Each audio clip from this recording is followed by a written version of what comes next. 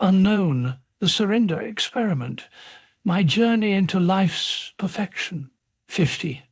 The raid, it was Wednesday, September 3rd, 2003. I remember because on Wednesdays I go into Gainesville in the morning to see Dr. Chance for a health tune-up. After the appointment, I noticed I had a voicemail from Lisa Elliott, the resident attorney at the R&D facility in Alachua. So I returned her call while still in the parking lot. I got Lisa on her cell phone, and she was very glad to hear from me. Her voice was uncharacteristically tense, and I realized that something was very wrong. She began by telling me that I needed to come to work right away because the FBI was there, and they wanted to see me.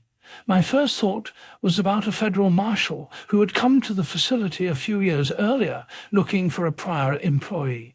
I asked Lisa if they were looking for someone. She said, "No, the FBI is here, 12 to 15 agents, plus the sheriff's department. They've taken over the entire facility. They've shut down all the phone lines and the entire computer system. This is a full-blown raid. Helicopters are flying overhead, agents are armed, and there's a search warrant. You need to come here right away." I clearly heard the words she was saying, and I understood the sense of urgency with which they were said, but the situation was so absurd that I could not relate to it in any manner. It was like, maybe they have the wrong address. I guess that's why it didn't disturb me. In fact, it sounded like it was going to be rather exciting getting to show them they had made a mistake. I asked Lisa what was going on. Why were they there? She said she had no idea. But apparently the same thing was happening at our offices in Tampa and at corporate headquarters in New Jersey. She had been trying to call Charlie Meller, our general counsel, but she couldn't get through. The phones were down corporate-wide. I assured her that I would be there right away. During the 20-minute drive back to the office, I tried calling everyone I could think of who might have some information. I still had absolutely no idea what was going on when I pulled up to the R&D facility. The front drive was completely blocked off with sheriff's department vehicles, and the employees showing up for work were being turned away. I pulled up to a deputy and identified myself. He made a call on his radio and immediately signaled to the others to let me through. As I drove up the long and winding drive through the beautiful hayfields, law enforcement vehicles were scattered everywhere. When I approached Building 1, I saw the Sheriff's Department's 40-foot mobile command center stretched across our parking lot. We had 5 buildings by then, and FBI and Sheriff's Department personnel were positioned around all of them. There were, indeed, 2 helicopters buzzing overhead. I think they ended up being part of the media coverage. I parked in my normal spot and made my way into the building. The place was swarming with law enforcement officers. I was met by 4 or 5 agents who immediately walked me into the back conference room where I was to spend the day. I requested that our in-house attorney, Lisa, be present, and she was brought into the room. The agents identified themselves as from the FBI and Treasury Department. They were very professional and businesslike. I was presented with a search warrant which Lisa had already reviewed, and I was informed that the warrant gave them full control of the facility. They had the right to take any and all items that fell within the itemized categories. They asked me to sign a paper acknowledging that I had been served the warrant. I glanced at Lisa, and she nodded that I should sign. I had absolutely no idea what to do. I was completely out of my element. The only frame of reference I had for this sort of thing was the movies, and I doubted that was going to be of much help. I asked the agents in charge if they could help me understand what was going on. They didn't say much, but they referred me to a list of about 30 names that they said were persons essential to their investigation. The entire executive management team from the original Medical Manager Corporation was on the list, as were Marty, the attorney Jim Mercer, and some top people from WebEMD's corporate accounting. My mouth must have been agape as I looked at the list. But there were also a few other names that really floored me. Like the senior auditor from the highly respected public accounting firm we had used for Medical Manager Corporation, I was taking everything in very calmly. But my mind was spinning, trying to find clues about what was behind all of this. It was actually the presence of one name on the list that first caught my attention. The name was Pat Sedlacek. Unlike everyone else on the list, this person was neither part of our executive team nor part of legal or accounting. Pat worked on the dealer acquisition team, which was run by Bobby Davids, our VP of Acquisitions. Bobby had come into the company at the time of the 1997 initial public offering, along with John Sessions, our Chief Operations Officer, and David Ward, our VP of Sales.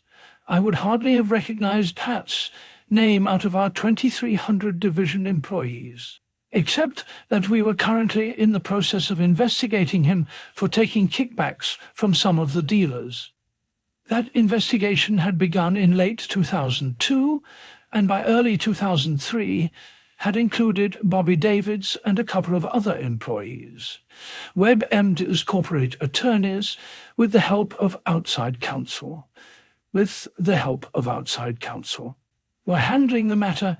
We had already fired the people involved and sued them in a Tampa court in order to obtain subpoena power and freeze Bobby's and Pat's assets.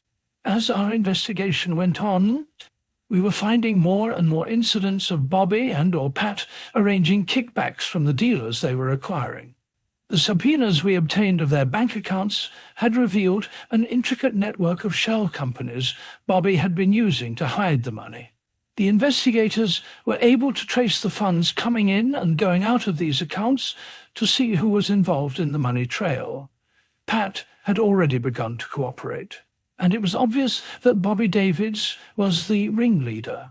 By the time of the raid, we had traced millions of dollars, and it was still an ongoing investigation, with both Pat's and Bobby's names on the list, and the search warrant listing more than 100 of our dealer acquisitions. It was likely that these raids were somehow related to what Bobby had been doing, but his kickback schemes involved only 4 or 5 employees, and our investigation of the matter was being dealt with in the open. Why couldn't the government just talk to the investigating attorneys? Why a sneak attack raid in Alachua, Tampa, and New Jersey when everything was readily available? I was finally able to get Charlie, WebMD's general counsel, on my cell phone. He confirmed that they had been raided by the FBI at WebMD's headquarters in New Jersey. And he was as much in the dark as I was. He also suspected that this might be associated with the illegal activity Bobby Davids had been involved in. We discussed the possibility that Bobby had tried to strike a deal by telling the government that all the executives were involved in his kickbacks. If so, it didn't seem likely that his story would hold up given all the hard evidence we had of his bank accounts and cancelled checks. Charlie said that we would get more clarification over the next few days. In the meantime, we were to cooperate fully with the agents. A sense of total peace came over me and pretty much remained there the entire day. It was so thick it felt like a protective blanket. I was not concerned in the least. I knew I had not done anything wrong, and therefore they were not going to find anything.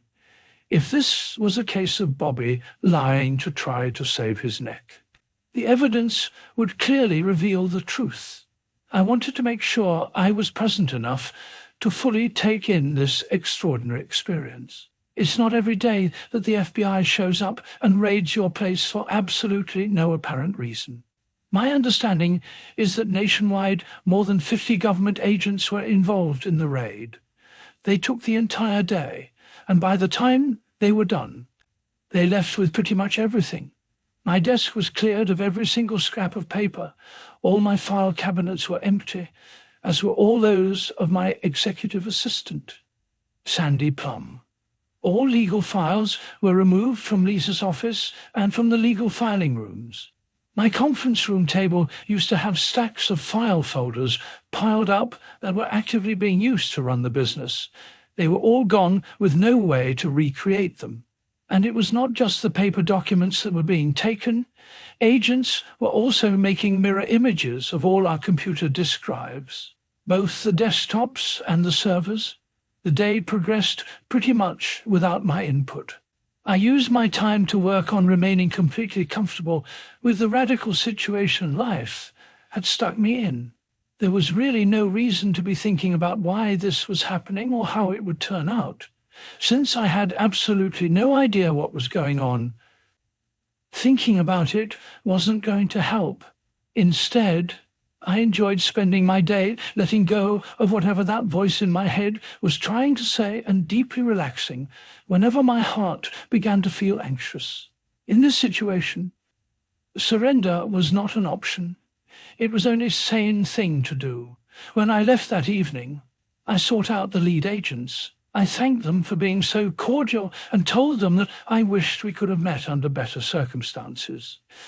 To me, they were just people doing their jobs to the best of their ability.